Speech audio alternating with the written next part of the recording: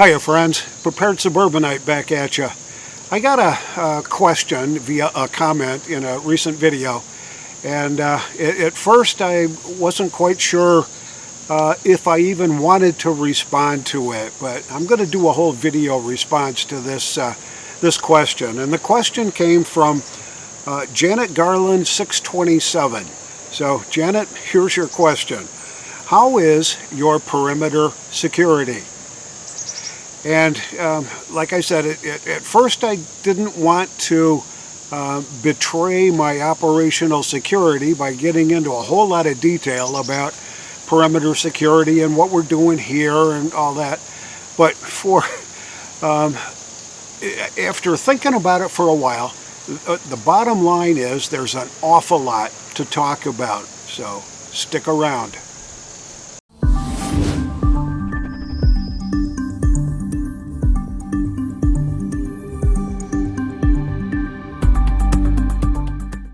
It's an absolutely perfect fall weather day. My granddad used to say that there's only about 10 or 12 perfect weather days in any given year. And I think he's right, because I've been sort of keeping track of those perfect weather days. And I noticed that most of them occur in April and May, and again in October. So at least for me, and a perfect weather day is basically crystal blue, clear skies, maybe a passing cloud here or there, temperature in the low to mid 70s, no humidity, maybe a light breeze, but that's the kind of perfect weather day that I look for. I just went back through my journal and found that we've got 11 so far this year, most of them in October. So it's been a wonderful, wonderful season. But let's talk about perimeter security.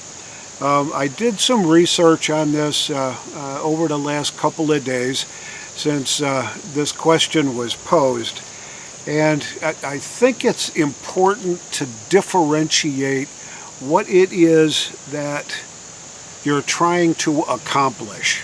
What threats do you see? So first of all, I'd look at your location. And, you know, obviously I'm the prepared suburbanite, so I live in a suburb. And it's not a gated community or anything. There is a homeowners association involved here, but thank God they are not intrusive at all. And so the whole purpose for that is to do kind of a risk assessment and to take a look at whether you're in a high crime area, a low crime area, inner city versus urban versus suburban versus rural. And I think your needs are going to be entirely different depending on how those factors intersect in your particular situation. So keep that in mind. You've got to do a personal assessment when you're talking about perimeter security. And then you want to define what it is that you're trying to protect from. And so what are you trying to protect? Yourself and your property and your family from? Well, is it vandalism? Is it theft? Home invasions, maybe? The post-SHTF marauding hordes? Foreign invaders?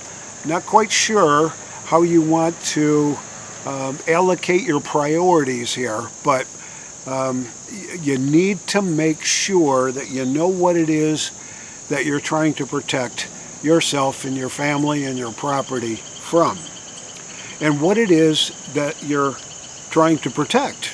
Well, is it your family, your house, yourself, your valuables, livestock, your food stores, vehicles, cash, precious metals, outdoor equipment, generators, all that kind of stuff? So I think you need to make a list of all the things that you've got that are that would be attractive to thieves and marauders and all that. And make sure that you've got a plan put together that you can at least build in some levels of security protection, which is what perimeter security is really all about. If in your assessment you've determined that you're really kind of concerned about a power outage or a grid down kind of a situation where you don't have power, and it may be for an extended period of time, a week, two, a month, 3 months, whatever, you're going to want to make sure that you take into consideration the differences between the way we live today and the way we're going to be forced to live after whatever bad stuff happens. So if the grid goes down, I think you've got to be very, very careful and very, very cautious about whether your lights are turned on or whether they're turned off, whether you're using emergency backup power at night so that your house is lit up like a Christmas tree. That could draw unwanted attention. Cooking odors, stuff like that. I know that on a typical Saturday and Sunday afternoon in this particular neighborhood, the smell of barbecues and steaks cooking and burgers cooking and chicken on the grill and all that, it's all around, and it's wonderful. But you can tell who's got food and who's cooking it. So if there are hungry marauders around, you're going to want to make sure that you've taken that into consideration and you have figured out a way to minimize your cooking odors and your light kind of things. It's pretty important that you have a plan to address that kind of stuff. Watch your activity, watch your noise levels when the grid is down and you may be under some kind of assault.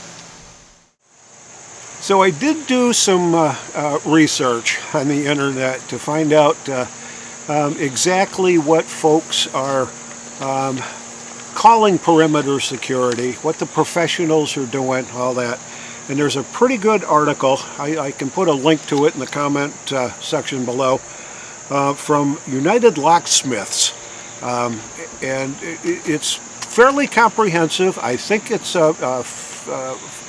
they've done a good job within the perimeters that they are working in.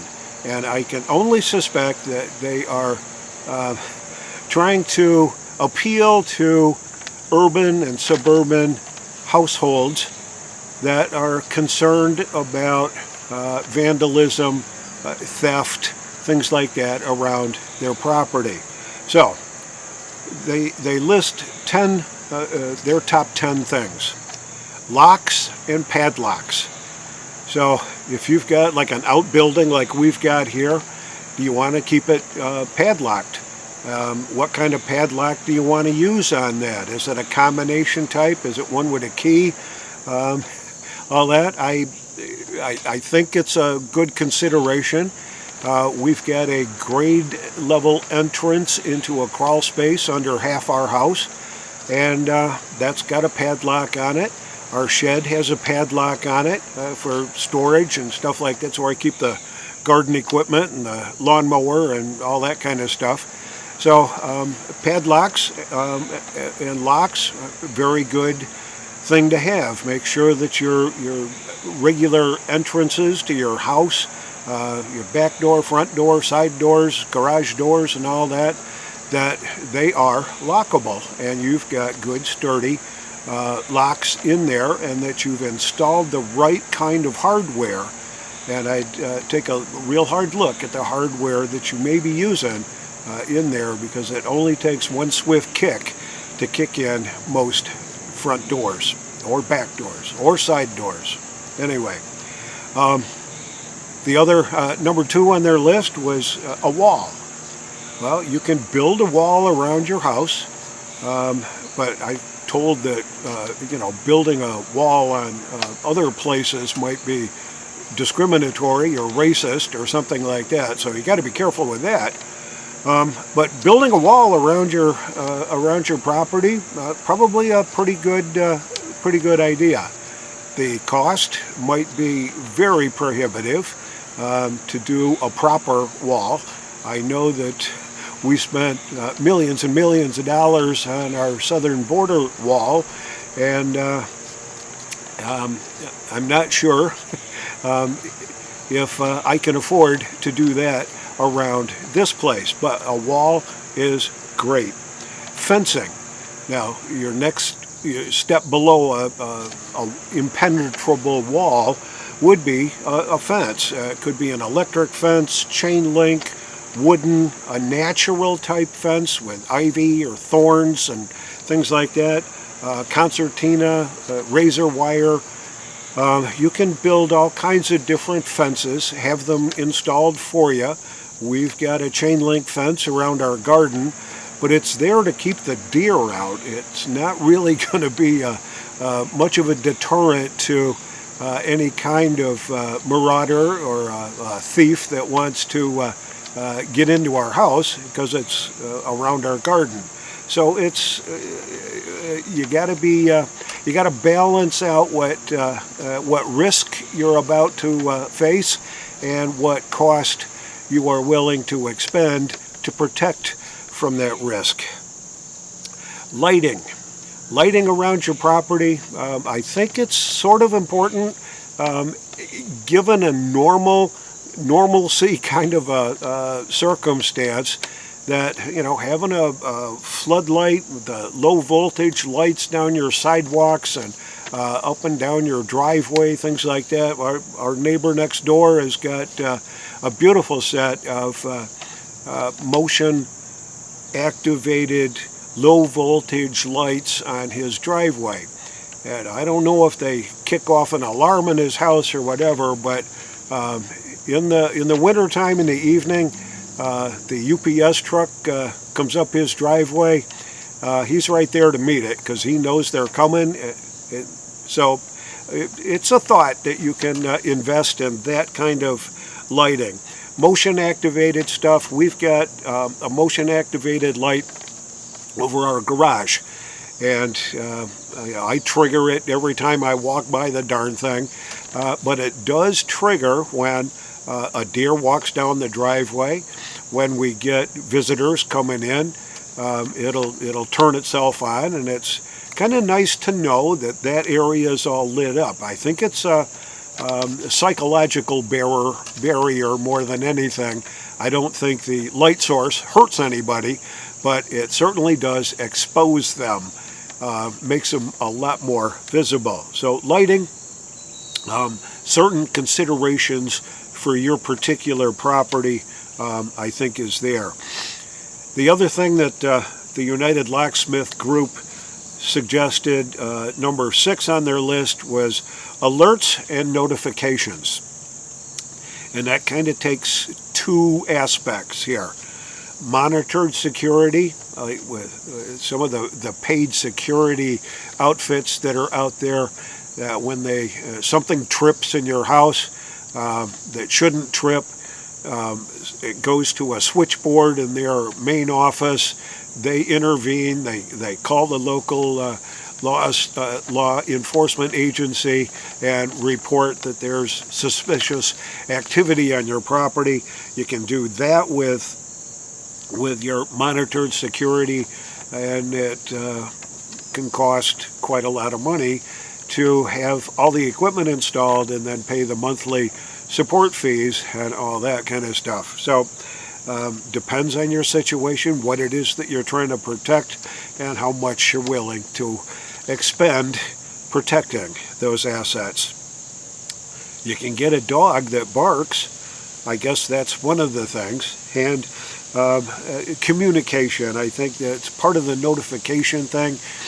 If you've got a group in your neighborhood, like a neighborhood watch kind of a thing, and you can share information with them about whether you're going to be away on vacation and they should be keeping an extra watch on your house. I've never had real good luck with that kind of stuff, But if you've got a proactive neighborhood watch in your area, you may want to consider taking advantage of that. Communication, I guess, is also to the local law enforcement agencies, the local police department, the local sheriff, all that kind of stuff. So if you see something, say something, one of those kinds of things. So that's part of the alerts and notifications section in their recommendation. Documentation, surveillance cameras, game cameras, that kind of stuff.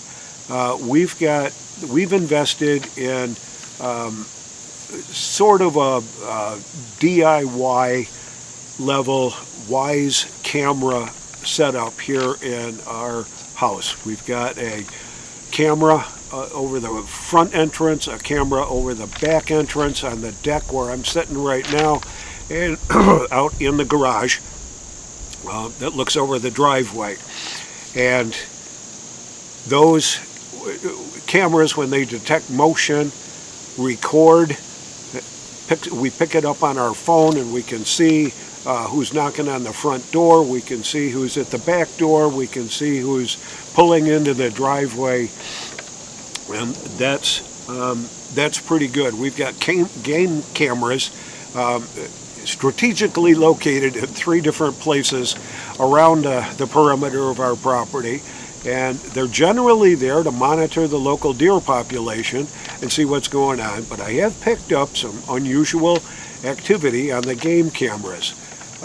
You can get game cameras that will transmit via the internet to your phone or to your base computer. I don't happen to have those. I've got to go out on a periodic basis and pull the SD cards out of the side of the thing and review what's going on. And I try to do that every week just to see what's going on. But it's that kind of documentation that if you've got something weird going on, criminal activity around your property, and you've got it recorded on a game camera or a surveillance camera, keep that kind of documentation to share with the investigators from your local law enforcement agency, so that they may be able to help you out by apprehending the bad guys. Use natural barriers that you find around your property. Now, natural barriers can be a cliff, a moat, a lake, a stream, those kinds of things, a grove of trees even, that you can use as a deterrent to slow people down trying to get onto your property. So take advantage of any natural barriers that you may have around your property and put them to good use. Number 9 on their list was aesthetics. And if you've got a really nice looking house and it's very appealing and there's lots of good stuff that they can see through the windows, and it's just absolutely gorgeous, and it's visible from the street and all that, I'd be pretty concerned about that. So you may want to make sure that the aesthetics of your house doesn't act as an invitation to the bad guys. Now, I'm not saying that you need to put a bunch of junk cars in your front lawn or washing machines or anything like that, but just be mindful of the appearance of your property and how it may appeal to the bad guys. And be aware and think like the criminal. And their final thought was access control. They're talking about biometric locks, things that only work with your fingerprint, that kind of stuff. Secret alphanumeric codes that you may use on your front door, your back door, your garage, whatever. Even simple deterrents like beware of dog signs that you can place around, or this property is monitored by XYZ security. Having those signs around could slow somebody down just a little bit in order for them to reconsider their thoughts.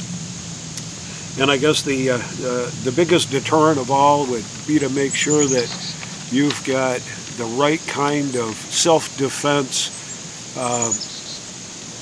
mechanisms that you need around your house, that you know how to use them, that you're properly trained on them, and I'll just leave it at that. So there's quite a lengthy answer to the question about perimeter security. How would I rate my perimeter security? I guess I'd give us maybe a C+ to a B- on that.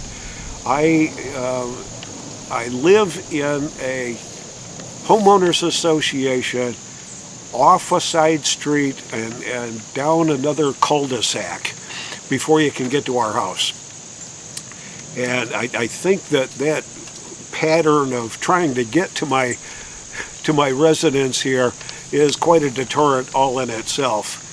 But if somebody was scoping us out and said, hey, that's the house we want to hit, yeah, I'm afraid that they'd be fairly successful until they actually got here. And then we'll see about that. I do have cameras. I do have game cameras out. I do have a dog that barks. I do have a means of property defense that I know how to use and have been trained in. So we'll leave it at that. This is the Prepared Suburbanite.